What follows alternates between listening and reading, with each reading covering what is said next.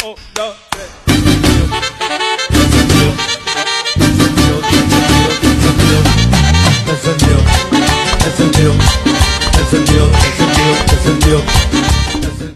Sabihin ko sa'yo, simula nang umuwi yan ng Africa, kaya nakasuhan yan, Sir Jeff, pinauwi yan ng asawa kasi ng babae nga. Ganito yung kwento niya, Sir Jeff, para malaman mo. Nung nasa Africa yan si Bansot, na sinasabing ganyan yung trabaho niyan, nung nasa FLM, may mga jowa na yan, sabay-sabay, tatlo. Ngayon, itong tatlong jowa niya, yung isa doon, nag-chat dun sa tunay na asawa. Para alam niyo yung kwento, Sir Jeff. Ngayon, nung chinat yung asawa, alam mo, yung isang babae, minsan, siguro, dahil nalaman niyang niloloko siya dahil may dalawang jowa pa pala si Banso. Tatlo yan, sabay-sabay. Ngayon lahat sila.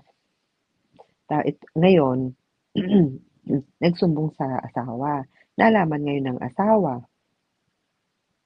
Ng asawa. Nung nalaman ng asawa, nilabas yung mga, sinilabas yung mga combo ng mga babae ni Bansod, ultimo yung pagjajakol, lahat nilabas, ultimo yung tamod daw kuno, yung lahat-lahat.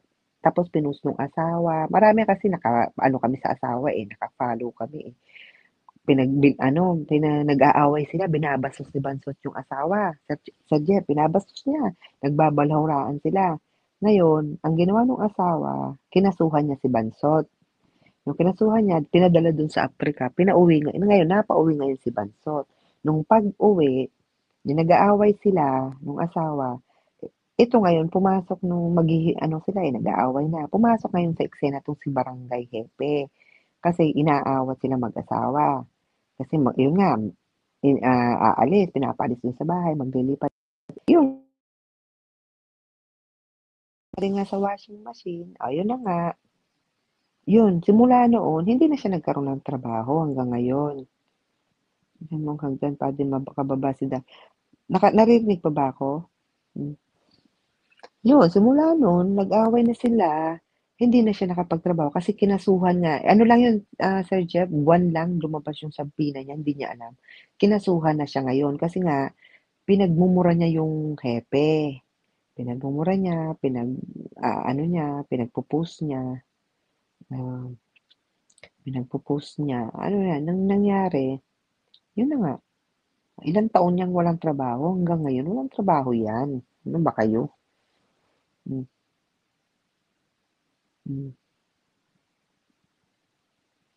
Alam niyo na, Sir Jeff, kaya ilang taon niya nang walang trabaho. Kaya huwag niyo siya magmamalaki sa amin. Mayaman, hindi umuutang. Tandaan mo, Bansot, umutang ka sa amin. Hindi naman ako magsisinungaling. Tangina, dahil mo inutangan dito. Sisinungaling pa ba kami? Tama na daw yan. Sabi ng asawa ko at matulog na daw ako. Darling CJ, baba na ako. Pinapababa na ako ng asawa ko. Bukas naman daw. Sabi niya, matulog na daw ako. Ay, darling CJ, sabi dati na driver ni Bansot sa Africa, totoo ba yun? Tanungin mo ng tanungin. Chess, ang sabi dati na driver si Bansot sa Africa, totoo ba yun? Alam mo naman. Alam nyo yan. Hindi, dun yan data sa, ano ba yung dinadrive nila? Para may dinadrive nga yan doon sa Africa. Pero nung tingnan mo silang, ang gulo nila, di ba? Magulo silang pamilya. Tingnan mo, asawa mo na yun, ang kinasuhan ka. Kasi nalaman ng asawa mo, pinagpupush siya ng asawa. Daming anuhan nila yan. Alam ng mga kakampi niya yan dyan. Kung anong nangyari, anong kwento. Kasi kahit sila, beshi nila yung asawa ni Bansot, yung ex ni Bansot. Kahit sila nakakausap nila, alam nila yung kwento. Bakit naghiwalayan si Bansot tsaka yung asawa. Alam nila. Ko, alam nila. At alam din nila kung anong ginawa ni Bansot sa asawa. Alam nila yan. Okay, good night.